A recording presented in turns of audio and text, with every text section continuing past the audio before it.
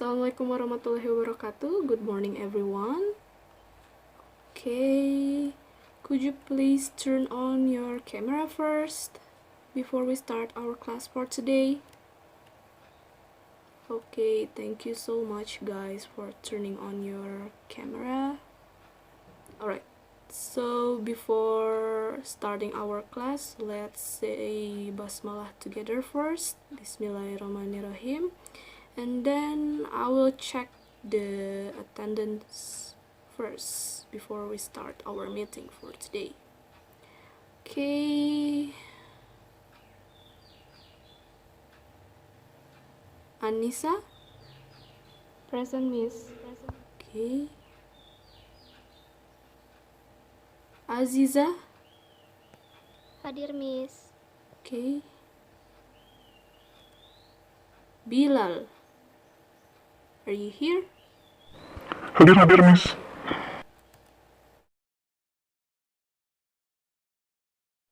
Okay, so let's just start our meeting for today. And today's material is about literal translation. I will start to share screen first.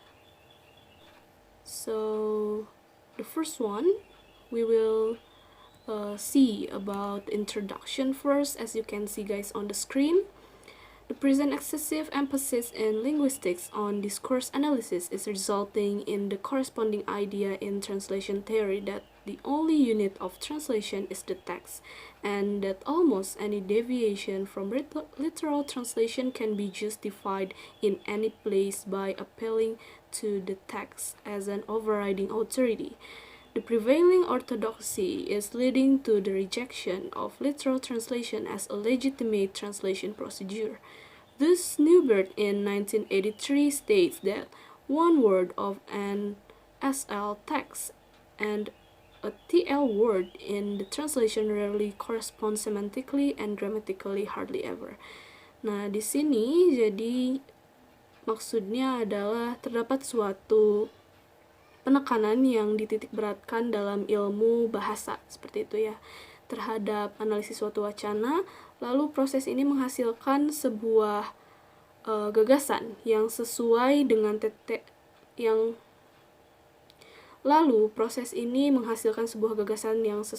teori penerjemahan bahwa satu-satunya unit dari terjemahan itu adalah teks gitu, dan hampir seluruh penyimpangan dari penerjemahan literal atau secara harfiah ini bisa saja dibenarkan gitu di mana saja.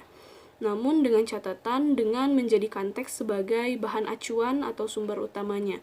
Nah, di sini maksudnya adalah metode penerjemahan ini secara literal itu memang terkadang mengarah atau merujuk kepada hasil teks terjemahan yang buruk gitu ya. Tapi meskipun begitu, metode penerjemahan ini masih dapat digunakan dengan syarat, yaitu dengan menjadikan teks sebagai bahan acuan atau sumber utamanya, seperti itu. Jadi harus menjadikan teks dari bahasa sumber sebagai bahan atau sumber penerjemahannya, seperti itu.